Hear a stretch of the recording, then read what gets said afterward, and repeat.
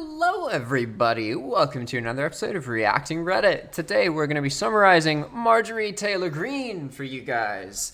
Talking about some snippets from some news articles and reactions and Reddit comments. Let's get to it.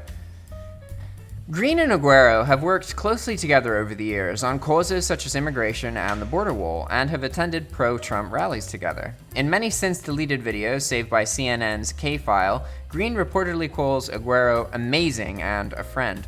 On social media, Aguero has called Greene one of my closest friends. The National Guard has just been called in, he continued. A woman was shot in the face earlier. There was blood all over the floor. I recorded it for y'all. I could not go live during the whole event because the signal was either jammed purposely or there were just too many people out there. Guys, I was able to make it inside the chambers, and I have footage that I'm going to provide for you guys as we made our way in there. Congress held its first hearing on the Capitol riots on Tuesday, in which law enforcement officials testified the attacks were likely coordinated. The U.S. House of Representatives has voted to expel a Republican congresswoman from two committees over incendiary remarks she made before being elected last November. Marjorie Taylor Greene had promoted baseless QAnon and conspiracy theories and endorsed violence against Democrats. Before the vote, she said she regretted her views, which included claims that school shootings and 9/11 were staged. 11 Republicans joined the Democrats to pass the motion by 230 to 199. It means the representative who was elected in November, representing a district in the southern state of Georgia, cannot take up her place on the education and budget committees. This would limit her ability to shape policy, as most legislation goes through a committee before reaching the House floor. Committee positions can determine the influence of individual lawmakers in their party. It is highly unusual for one party to intervene in another party's House committee assignments. After a contentious debate on the Equality Act, which would extend civil rights protections to the LGBTQ community, Representative Mary Newman on Wednesday raised the transgender pride flag outside her office, which happens to sit directly across from the office of Marjorie Taylor Greene, one of the bill's most vocal opponents. Our neighbor, Greene, tried to block the Equality Act because she believes prohibiting discrimination against trans Americans is disgusting, immoral, and evil. Newman, who has a transgender daughter, wrote on Twitter with a video of her hanging the flag. Thought we'd put our transgender flag up so she can look at it every time she opens her door. Equality Act introduced in the House to provide sweeping LGBTQ protections. Greene, who lost her committee memberships by promoting false and extremist claims, quickly responded with her own video mocking Newman's earlier tweet as she hung up a poster that said, "There are two genders, male and female. Trust the science." Thought we'd put ours up as well so Newman can look at it every time she opens her door, Greene said. The exchange quickly went viral, leading critics to accuse Greene of cruelty directly aimed at Newman's family, the latest bit of outrage spurred by a House member who has espoused QAnon's baseless theories and falsely suggested former President Donald Trump supporters were not present at the January 6th Capitol riot. Now, for Reddit. The first reply is by Mahara Johnson Smith.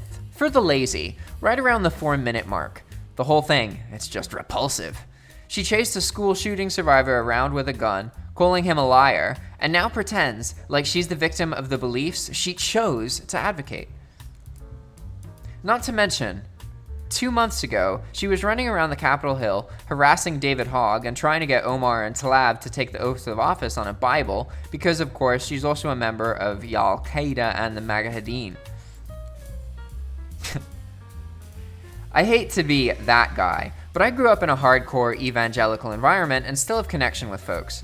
Allowed to believe things that weren't true was a disturbingly brilliant move from a total idiot. Folks I used to know were translating that to Bible, aka Dems think the Bible isn't true. They're going to punish me for believing in Jesus because they think Jesus isn't true. Scary, scary shit. Even scarier when you think of many of them are really big fans of Trump. Clearly not in line with biblical beliefs than they are of Biden, who literally attends mass on the regular. That is a pretty ironic point. What do they fucking want? was allowed to believe things that weren't true, or they told me what to believe, I'm sorry, but you can only pick one side of the knowledge argument. Here are the facts, and we're all responsible for drawing conclusions, or the experts have drawn these conclusions from the facts. At best, you can blame experts for being wrong. At worst, you thought you were an expert because you have access to the internet. Pretty sure everybody, except those caught up in it, was telling you it wasn't true. What I don't understand is, well, isn't that always the case? Like, even if the majority of people think something's bullshit, everybody who aren't caught up in thinking it's bullshit is gonna... Yeah, anyway, what I don't understand is how somebody this unintelligent is elected into office. Just listen to her speak. It makes me cringe. I can't even carry on a meaningful conversation with people like her because I get so distracted by their grammatical errors that my brain just twitches and stops processing. How is this who people choose to represent them on a national stage? Dr. Doodoo says, to be clear, these are competitive district Republicans who asked and were granted permission to vote for this, so they don't get lumped in with alt-right conspiracy theorists and lose their House seats. This is the same kind of politics that have Lisa Murkowski, Susan Collins, and Joe Manchin flip-flopping on issues and making some Senate votes bipartisan. But ultimately, if this resolution had any chance of failing, say because some Democrats were absent or voted against it, then none of these 11 would have actually voted for it. Ace Continuum says, I don't think that's necessarily true. As just one example, Kinzinger, who voted both to impeach Trump the second time and to kick MTG off committees today, has gotten real heat from his party. This isn't like the wink-wink, nudge-nudge arrangement that Collins has going with McConnell. You'll notice Collins has never taken any real heat from the GOP. Or the similar arrangement Manchin has with the Dems. Manchin's effectively the funhouse mirror Democratic version of Susan Collins. Not quite all of them. Chris Jacobs is my Congress critter, and it is a very safe district for Republicans, despite being in New York. It is also one of the seats that may be emerged due to redistributing, so I'm not sure what advantage this gives him with the party. Maybe he's been told he's odd man out to Tom Reed, so he was free to vote his conscience. The Last Samurai says, so they're all terrorists. Got it. And here I turn my voice down or close my windows if I'm talking moderate politics at home, just in case some busybody decides to twist something innocent around. Meanwhile, these jackass jihadis can pose with AR-15s on social media and make open threats of political violence with the full support of the Republican Party. That Facebook post on Greene's that... I hate reading shit like this. That Facebook post on Greene's that Hoyer presented in the House was like something out of ISIS Syria, and anyone who officially supports that is unambiguously a sponsor of terrorism and an accessory to terrorism. Get Off My Lawn 1956 says, from the WAPO, probably Paywold. Representative Tom Cole, the top Rules Committee Republican, called the move against Greene a dangerous mistake that would boomerang on Democrats. Frankly, when the majority changes, the temptation will be overwhelming for members to say, oh well, there's a member I didn't like, or said something I did something I didn't like. I think I'm just going to take that committee assignment away. The Party Over Country Caucus is telling us what they intend to do. Believe them. For the sake of the Union, they can never be in the majority again. Woo! What time are we at? Nice. Woodsy Machine says, when the majority changes, the temptation will be overwhelming from... this is a response to that comment. They'll do this no matter what the Democrats do. They've discovered the idea that there's no such thing as losing an election. You just declare without evidence that the other guy cheated and see what the courts and or rioting nutcases can get done for you. This is the way it's going to be from now on. For Democrats to try to appease them because otherwise Republicans will do something crazy would be a pure waste of time. If you meet Republicans halfway, they demand you will come the rest of the way. And if you come the rest of the way, they'll back up away from you some more. Nutcases who call for their colleagues, you could say the same thing about Democrats. Nutcases who call for their colleagues to be killed should not be participating in a democratic government, full stop. There's not really a conversation to be had about that. People who can't even agree to that are just wasting your time. Also, note with hilarity and alarm their attempt to paint this as something I didn't like. We're talking about calling for your colleagues to be killed. This should not be remotely acceptable to anybody, anywhere. Anybody who's okay with it should also be removed. I'm gonna interject here because, like, if you're in American culture, you live in the US, how many times have you heard someone you care about say they're gonna kill something, or they're gonna kill themselves in a joking kind of way? And yeah, it sucks that people joke about that shit all the time, constantly. It's like a lot of bros and like average guys, the way they express their affection to each other is by shitting on each other's insecurities. Like, there's a lot of problems rampant throughout society, and politicians are not immune to those problems, and it's quite naive to think that a politician is never going to joke about, my life would be so much easier if this guy just got a stroke. Like, they're all fucking old. They all could get strokes. Of course they're gonna say stuff like that. They're talking about a coworker dying. They're calling for a colleague to get a stroke and die. It's the same thing. And it's a regular part of conversation. And you can't just be like, oh yeah, they literally were like, yeah, we're gonna actually kill you. Because yeah, it paints this really evil picture. And don't get me wrong, I honestly despise Democrats and Republicans. I think they're both piles of shit, and occasionally there's a really special Republican and a really special Democrat that are really good politicians who really care about their people. It's not about whether they're Republican or Democrat. It's about them being, actually good people and caring about others. It doesn't matter if they're Republican or Democrat. And all of this dumb bipartisan argument shit just keeps furthering the divide in the US, and it's so hard for me to read it and tolerate it without reacting to it, right? You shouldn't be like, oh, all Republicans are murderers, because it's not going to help you with the fact that half of the US is Republican. Like, where are you expecting to go with that argument? What, half your country's murderers? Okay. Now what? What's your plan? What are we doing moving forward with this, huh? All right. Biden won't move left says this is why Democrats should stop playing nice. It doesn't matter if Democrats do things in a good faith or not. Republicans will always go nuclear when given the chance. We must squash this party now so they don't get another chance to govern. Blah, blah, blah. It's all the same, bipartisan, irritating shit talking. Right? You shouldn't talk about Democrats. You shouldn't talk about Republicans. You should talk about individuals. I guess you could say they're Republicans, but when you just say all Democrats are the same and all Republicans are the same, you're lying. It's not true. Yeah, you could argue they're all politicians, and in that way they're the same. You should say politicians should stop playing nice. But then if you say that, it makes you sound like an idiot, does it? Because you're just talking shit about the side of the political spectrum you don't appreciate. But that isn't how we move forward as a country. That's not how you move forward as an individual. That's just how you connect with other people who want to talk shit. And that's what the current bipartisan system in the US is effectively two parties who talk shit about each other, and a bunch of people follow them who aren't even politicians and further the shit talking. And then they blame the media when we're the ones who watch the media. We're the ones who control what the media picks by what we give our eyeballs to. We're the problem. We're the shit talkers. We're the problem, not the politicians. We are what the politicians come from. But that's not a popular opinion, is it? It's way easier to just argue and say that Republicans are shit. No, sorry, if you're a Democrat, I meant to say, or sorry, if you're a Republican, sorry, I didn't mean to say Democrat. Republicans just say it. I was talking about Democrats this whole time. They were all shit, right? You could just change that and then, oh yeah, suddenly I agree with you. Yeah, because none of your points actually mattered, and you're just, spreading the bullshit of society further. It's been stuffed so far down your throat that it's coming out your ears and you're throwing it at your friends. Fuck.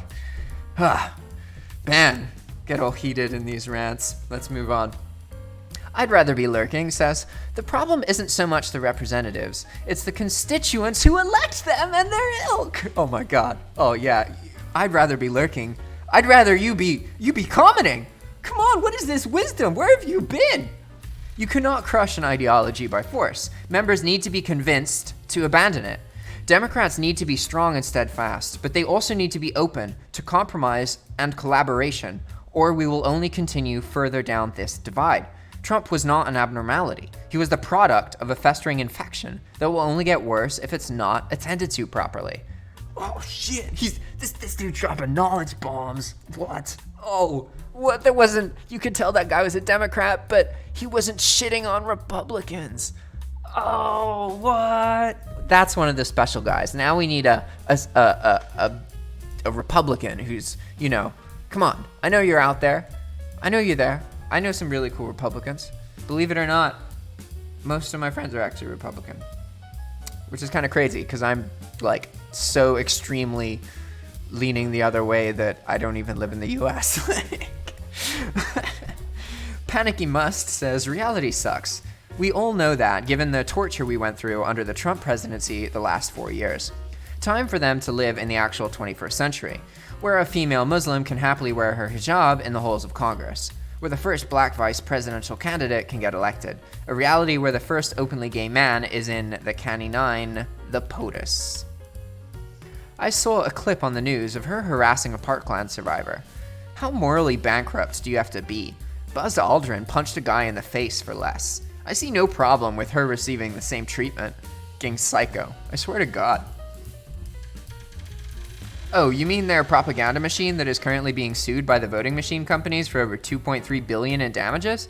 I'd love to see the look on Carlson's billionaire donor bosses the day they get that letter in the mail.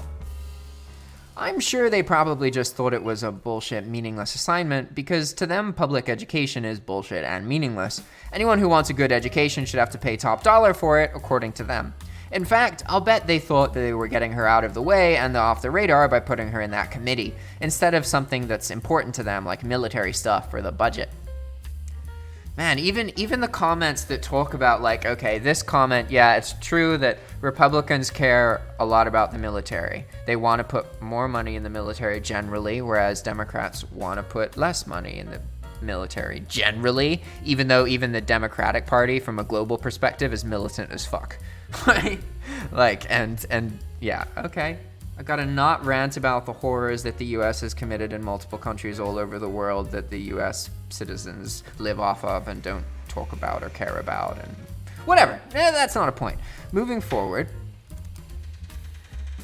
ABC Deathburger says, does she even care about losing that role? So I'm seeing lots of talk about her previously owning a CrossFit gym.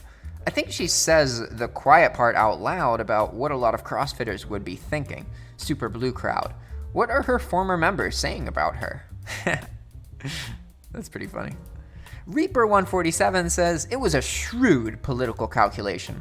If they denied her a spot, then the GOP would face her upset support base, who were all diehard Republicans, potentially fracturing from the GOP, eroding their power base. And since Democrats have majority control, there isn't anything the GOP could do to stop this, which was the plan. After all, why force a fracturing in the party when you can let the other side remove her? Then you get to go back to your base and say, golly gee, we tried our best, but the Dems outnumbered us. If you want to stop this, give us more money and votes in 2 years. Plus, for those GOP members who are holding tenuously at best to purple districts with little to no extremism, they can go the safe route of voting against MGs, and it still doesn't affect the wider party. In fact, the correct counterplay, in my opinion, would be to let her stay on the committee, as counterintuitive as it may seem. Highlight her speeches and keep blasting her imagery, saying this is what the GOP does. That could actually hurt the Republicans in contested districts, while also providing fundraising opportunities and even broad attacks against the GOP as a whole. But that means the Dems have to leave her in a position when they technically have the power to remove her, which could come back to be an issue. Now, all these commenters are Democratic. That's the kind of problem with the internet, is that, like, once you get momentum, right, and a lot of people, you've attracted a certain kind of crowd, the internet and search engines and stuff draw more of those kinds of people. So you can show something to 10,000 people and think that you have an opinion from a wide variety of different people, but in reality, like, you might have been better off showing it to 200 people all from over the world in completely different lifestyles. So yeah, we all often think a lot of things matter that actually don't. Akam Chippo says, I believe a vote from the House is actually how it's done, at least according to Justin Amash. There's a general misunderstanding of how House committee assignments work. The entire House votes to put each and every member on the particular committees. Though this typically happens via a voice vote, not a roll call, it's done through a normal resolution passed on the floor. In other words, a committee assignment is not literally decided just by your own party. The whole House must approve it. To put this in context, Rep. Greene was assigned to her committees via this resolution, which was approved by all Republicans and Democrats. In short, the whole House put her on those committees, and the whole House can take her off. That's how the process works, even if tradition is to defer to the preferences of the member's party. As someone from the district she supposedly represents, she's not from here. Someone paid for her to have a place within our district. The person she ran against was a literal brain surgeon. He was threatened to the point of removing his name. That's how Q works. That was her Republican runoff opponent. Cohen would have been a wonderful representation of the district, which was going to vote red no matter what. The Democratic opponent withdrew less than 30 days before the election due to threats and, well, the stresses of being the Democrat running against this crazy woman, which goes back to who paid who and when. The GOP lets the Democrats go on record to do this so they can do the same thing for a much lesser offense when it is politically advantageous for them. It's the slippery slope. Simple as that. There are no morals in DC, just game theory. Hoyer delivered an amazing speech with a picture of Greene posing an AR-15 against a backdrop of AOC, Omar, and Tlaib. Change the link to a longer video from a better source. Recommend watching the entire thing. It's very powerful. Remember when Sarah Palin put targets on Democrats like Gabby Giffords? These Republicans think everything's a joke until reality smacks them in the face. And still they won't lose a minute of sleep over anything they say or do. Shameless. Democrats do horrible shit too. Can't stand the lady, but AR-15s are common as dirt. They're one of the most popular rifle platforms for the price point. Something like half of all semi-auto rifle sales per year are AR-15s in the United States. The issue is absolutely the language used and the juxtaposition of the weapon against her political opponents. It would be wrong no matter what gun she's holding. Oh gosh. There's so much to unpack in all this, isn't there? Alright everybody, that's it for now. Thanks for watching. If you like more of this kind of content, please do one of the following. Comment on this video, subscribe to our channel, like the video, or check out another one of our videos. I recommend some of our story videos. They're my favorite to make. Alright everybody, see you next time. Ciao!